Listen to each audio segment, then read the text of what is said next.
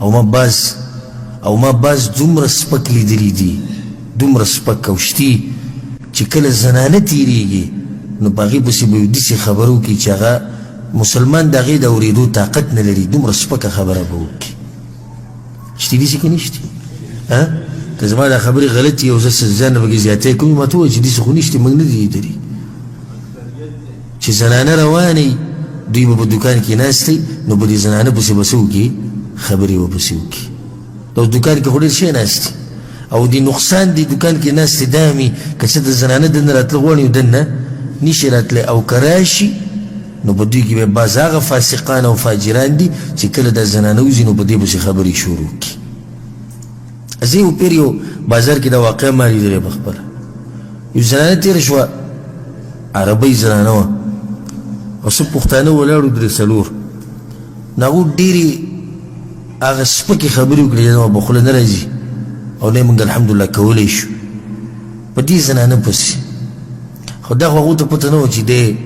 پښتون دی په دې زموږ په دې خبرو پوه شو زه پسې ورغلم دوا سلام مې ورسره وکړو ای صاحب ما څنګه چې ما ته یې کتو حیران د عربۍ ګورې د پښتو یې زده کړی که څه بیا به ته په زور ما څنګه وی خیمه ما ډېر زبردست کار دې وکړو وی څنګه جي پوه نه شو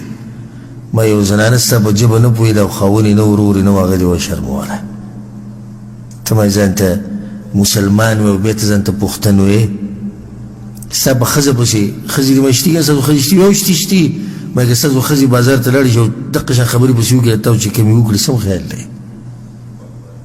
ستا په خور پسې څوک وکړي ستا په مور پسې څوک وکړي او بیا مشکل دی چې په دغه ژبه نه پوهېږي که دومره غیرتیان یې خو بیا په عربۍ کې خبرې وکړي مخامخ ورشي یا چې ورسره پلاري روري خاوني نو بیا دا تذکره وکړي چې ښه ټیټ چاپي وکړي او کار دې له وکړي مضبوط دا څومره بېغیرتوب زه دې ته وایم چې یو زنانه را روانه ده الله دې کړي چې کافره زنانه وي او الله دې کړي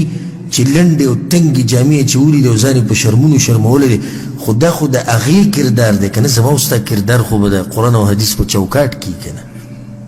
دې باز ته موږ ووایو زنانو ته مه ګوره نو اوس څه وکړو چې وایي زنانه ځان داسې کړی نو دا ښکلې خبره شو ما او تا نه به تپوس د قیامت په ورځ د چا په باره کې کېږي زما د خپل ځان په باره کې به کېږي یا ایها الذین آمنو علیکم انفسکم ای مؤمنانو د خپلو ځانونو حفاظت وکړئ الله وایي قیامت په ورځ الله مانه دا تپوس کوي چې پلانیه ته چې بازار ته تللی وې تا ولې دې زنانه ته کتو خو مانه دا تپوس نه کوي چې په دې بازار کې چې دا پلانې ګرځېده دې لنډې تنګې جامې اچولې ولې دا تپوس الله مانه نه کوي خو دا تپوس الله مانه کوي چې تا څه کردار ادا کړی